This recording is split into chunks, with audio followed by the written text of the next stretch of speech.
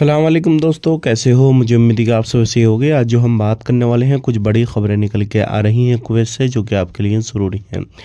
अगर आप चैनल पर पहली बार आए हैं तो ज़रूर सब्सक्राइब कर लें। सबसे पहली खबर की तरफ बढ़ते हैं, जो बड़ी खबर आ रही है निकल के। बहुत सारे लोगों के सवाल हैं कि अभी हम कुवैत के अंदर जा सकते हैं या नहीं जा सकते हैं।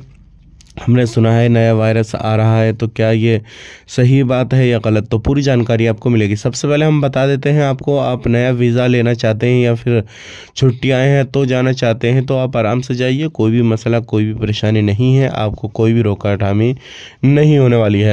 बात कर लेते हैं यहाँ पे अगली खबर की तरफ। जो अगली खबर आ रही है निकल के न्यू वायरस के हवाले से, जो क्या अभी इंडिया के अंदर सोशल मीडिया पे काफ़ी ज़्यादा इस तरीके की वीडियो वगैरह चल रही हैं। जो क्या इंडिया में अगर आप देखेंगे तो हर रोज़ाना सोशल मीडिया पे यही वीडियो चल रही है कि अब नया वायरस जो है वो इंडिया के अंदर आ चुका है। अलग अलग कंट्रियों में कोहराम मचा रहा है नए वायरस।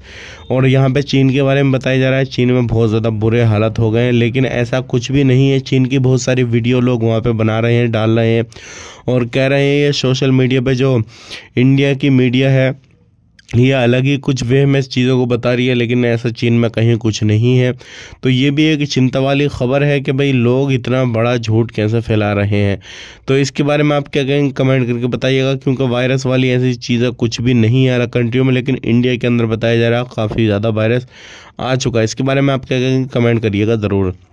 बात कर लेते हैं यहाँ पे बायोमेट्रिक के हवाले से। अगर आपका बायोमेट्रिक नहीं हुआ है तो करा लें, क्योंकि बायोमेट्रिक सिर्फ और सिर्फ 2-4 मिनट का प्रोसेस है।